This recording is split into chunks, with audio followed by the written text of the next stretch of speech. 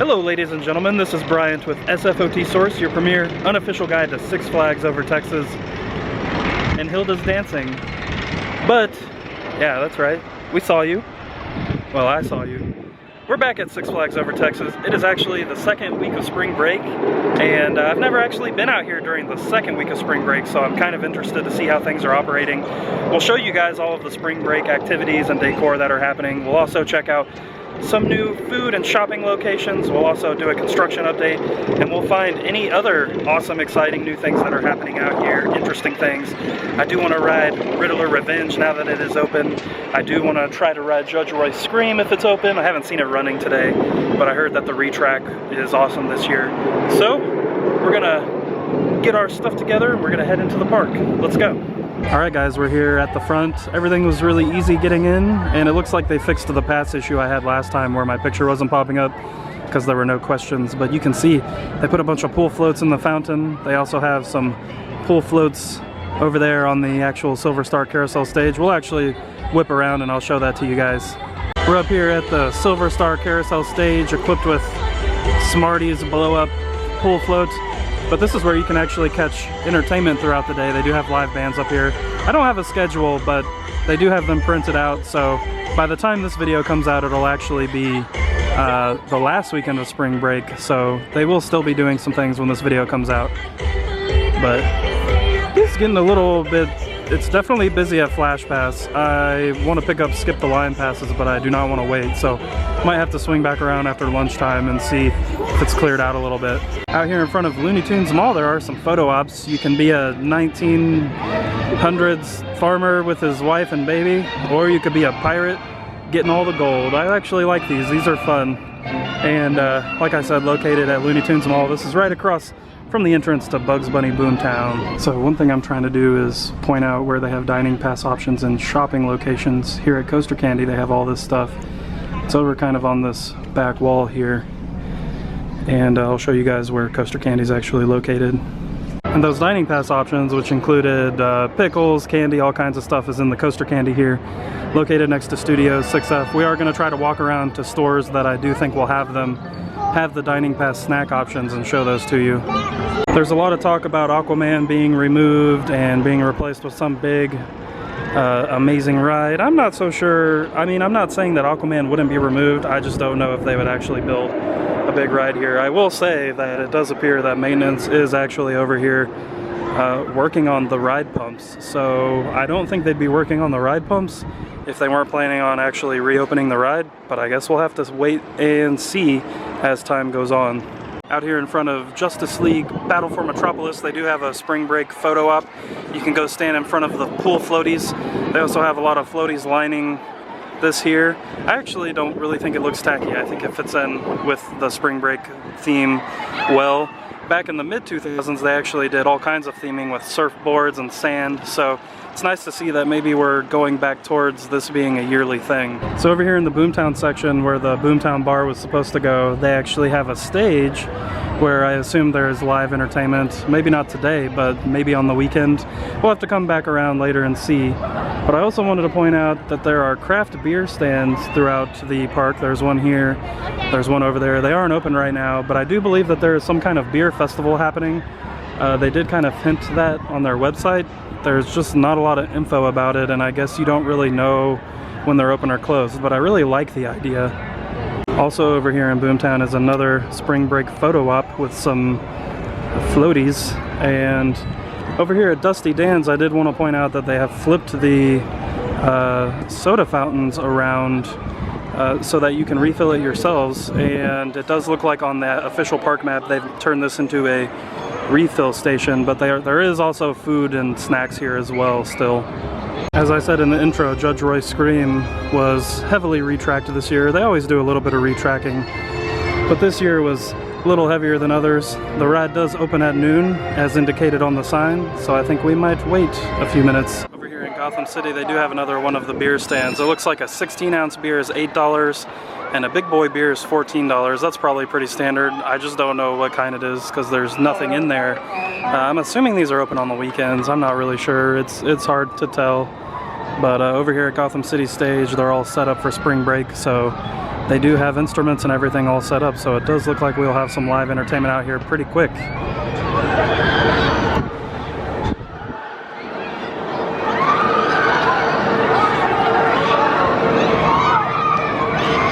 Alright y'all, so the Riddler Revenge has reopened. I just wrote it. A lot of people on the internet are saying that it doesn't go to full height anymore. I think it just doesn't sustain full height. It definitely felt like we hit full height maybe one time. But I'm curious to know what you guys think in the comments if you've ridden it since it reopened. Like I said, I do think you definitely hit full height one time, but then I do believe it starts to slow down.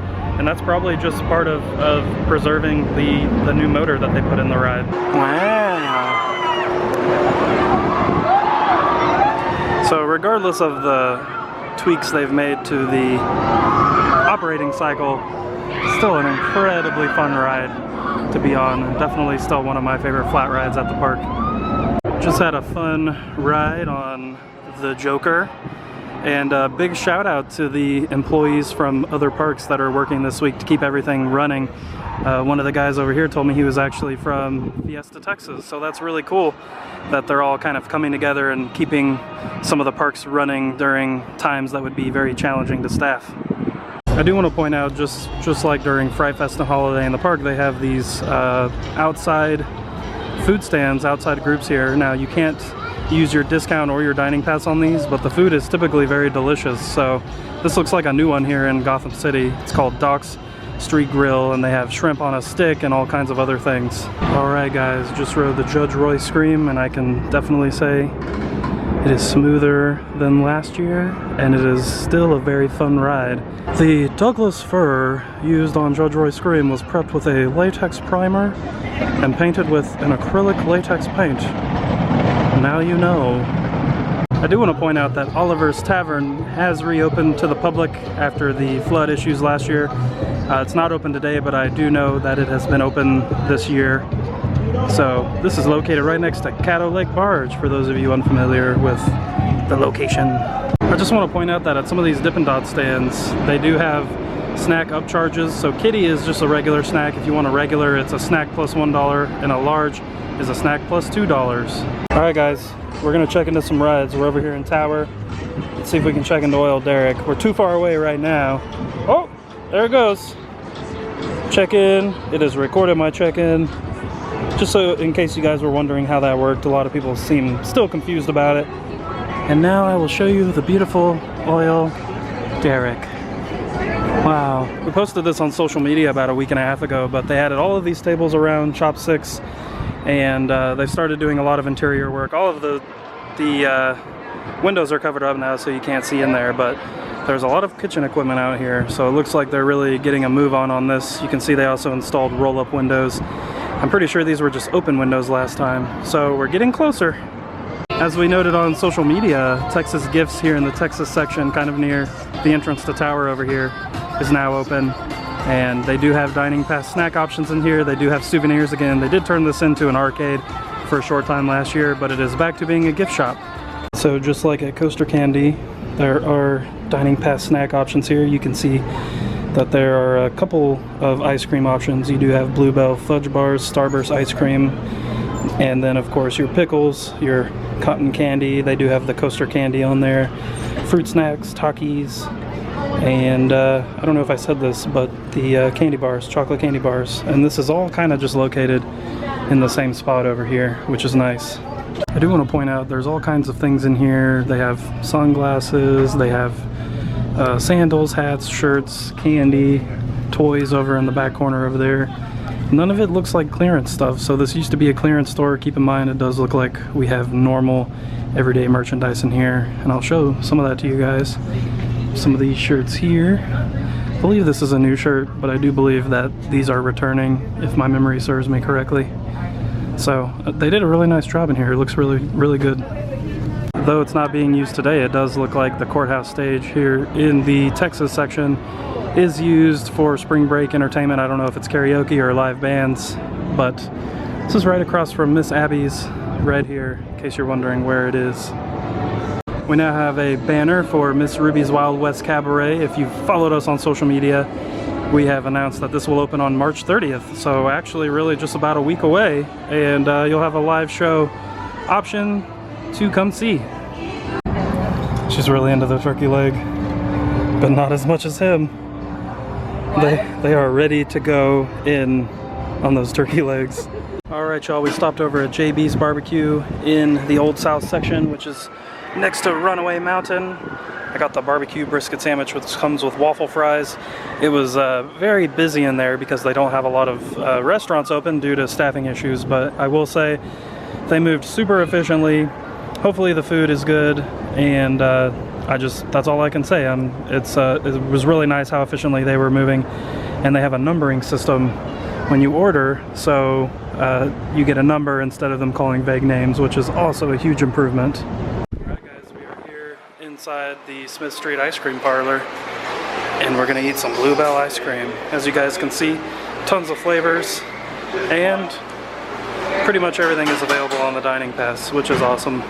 Alright y'all, we got a 2-scoop cup, which as you can see they are very gracious with their scoops, which I love. This thing is super heavy. But we got Rocky Road on top, buttered pecan on the bottom, and we're gonna enjoy it out here in this lovely weather. And there is the actual location of the Smith Street Ice Cream Parlor. We're actually sitting across at Primo's. So I'll give you guys a better view of Smith Street here in just a second. I'm looking very forward to this. Alright y'all, the ice cream was delicious, like all Bluebell ice cream is. We're actually sitting in front of Primo's, which is closed. You guys know when you go to a theme park and a restaurant's closed, it's pretty obvious. Well, we watched probably 6 or 7 groups actually try to break their way into the restaurant like it was going to magically open when they got in there. And I kind of wish I filmed it, but I didn't. But it was nice to be entertained while I ate my ice cream. I just want to point out here in Old South and through other various parts of the park, there are lots of flowers. I really like that stuff. And here's a look at the Smith Street Ice Cream Parlor, even though I showed you guys at in the last video I made, and just to give you a idea of where it is. Here's the entrance to Old South, the pillars, and then here's Primo's Pizzeria over on this side. So it does seem like they're making a big effort to keep this place as open as possible. That might be a Bluebell situation. We'll have to see as the year goes on. They've also put up a banner here on Southern Palace Theater in Old South advertising that, hey, Mr. DJ Technicolor B will be coming back. And that'll be coming back at the beginning of June. And Southern Palace is located next to Runaway Mountain over there. And then, of course, JB's Smokehouse, where we ate earlier, is right over there. Over here at EG Sugar Waters in the Texas section, they've also flipped the soft drink machines around so that you can do easier refills. This is located kind of near Texas Giant and Johnson Creek Station over on this side. So that's 2 locations now where they've made it easy to walk up and get your souvenir bottle refills. We're over here at the El Diablo construction. This is at the exit of Log Flume 2. As you can see, they have poured the footers for the ride. It's looking great. It looks like they did this very recently, and they're putting the bolts in as well. Something I haven't done in a while is ride El Aserradero, which is the log flume, and we won't be able to ride Flume 1 today because it's closed, but there's always Flume 2, and there's always this very scenic queue line to walk through. The member services center located at the front gate. Here is the dock for Flume 1. Start your Six Flags membership today. Does anyone who watches my videos know what the significance of Flume 1 is? If you do know the significance, please let me know in the comments below. We're gonna head up the stairs and get right up to Flume 2. So from the exit ramp of Flume 2, you can actually get a way better overview of where this ride's gonna be, kind of the relation of it to bobsled and conquistador. So it's gonna sit right up against the log flume basically, and I'm sure the queue area will be kind of in this dirt area here. So it's coming along.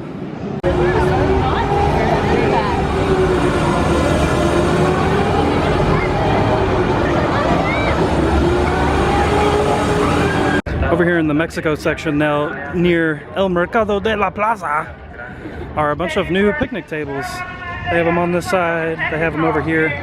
So if you get food here at La Villa de Refrescos or La Cantina, then you have a brand new picnic area to sit at to enjoy your turkey leg, your decorated nachos, or your loaded funnel cakes.